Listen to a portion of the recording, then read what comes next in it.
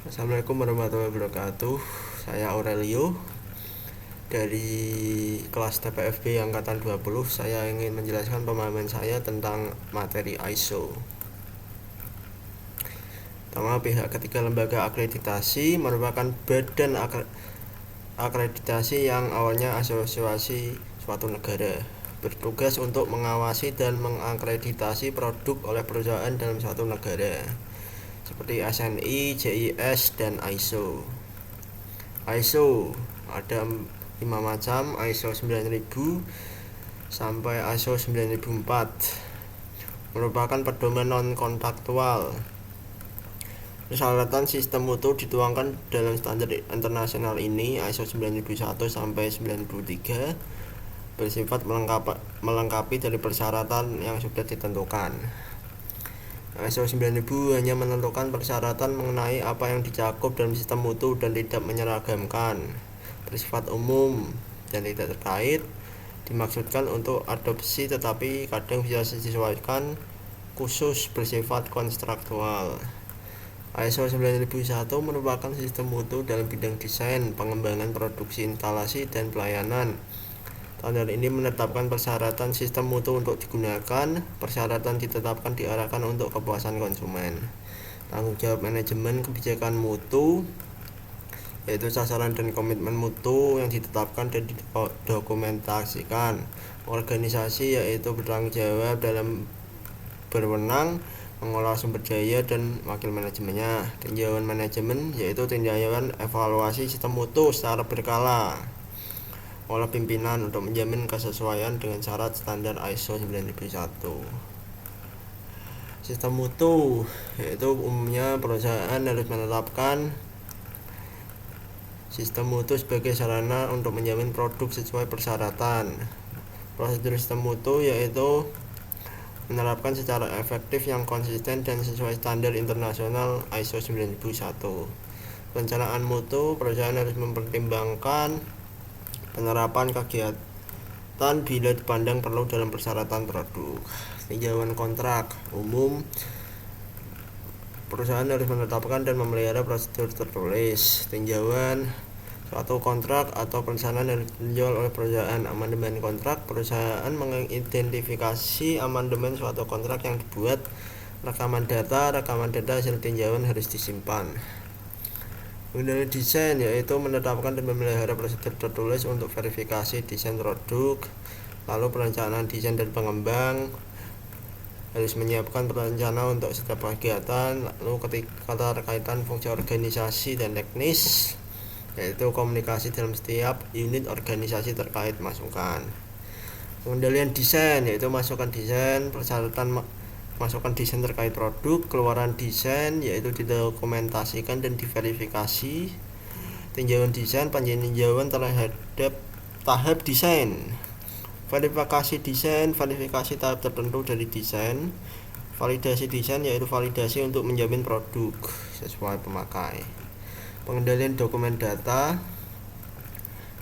Yang pertama, umum perusahaan harus menetapkan dan memelihara semua dokumen sesuai persyaratan. Pengesahan dan penerbitan dokumen dan data.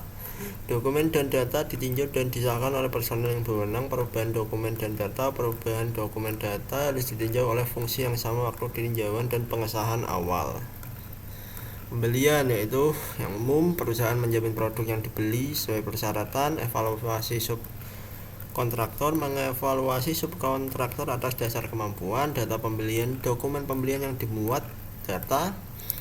Verifikasi produk yang dibeli ditetapkan oleh perusahaan. Verifikasi perusahaan tempat subkontraktor. Bila ingin verifikasi ini, maka harus menetapkan pengaturan verifikasi dalam dokumen pembelian. Verifikasi oleh pelanggan yang diberi keleluasaan untuk verifikasi jika dinyatakan dalam kontrak. Lalu ada inspeksi dan pengujian, yaitu umumnya menetapkan untuk menguji dan untuk pengujian verifikasi. Lalu inspeksi dan pengujian tahap penerimaan, inspeksi dan pengujian dalam proses, inspeksi dan pengujian akhir. Lalu rekaman hasil inspeksi dan pengujian. Lalu pengendalian alat inspeksi, alat ukur, dan alat uji. Umumnya membuat prosedur tertulis tentang mengkalibrasi dan memelihara alat inspeksi ukur, dan uji. Prosedur pengendalian menetapkan pengukuran, mengidentifikasi alat inspeksi, dan mengkalibrasi. Lalu pengendalian produk yang tidak sesuai. Umumnya perusahaan menetapkan prosedur untuk menjamin produk yang tidak sesuai. Tinjauan dan penentuan produk yang tidak sesuai. Tanggung jawab untuk meninjau dan wewenang untuk menentukan produk yang tidak sesuai. Tindakan koreksi dan pencegahan. Umumnya perusahaan melaksanakan tindakan koreksi dan pencegahan. Tindakan koreksi, ada proses tindakan koreksi, proses tindakan pencegahan. Lalu penanganan, penyimpanan, pengawasan, pengawetan, dan pengiriman. Umum perusahaan menetapkan untuk penanganan, penyimpanan, pengemasan, pengawetan, dan pengiriman. Penanganan menyediakan metode penanganan. Penyimpanan menggunakan tempat simpan yang ditentukan. Pengemasan mengendalikan kemasan. Pengawetan untuk menetapkan metode pengawetan. Pengiriman mengatur proses pengiriman.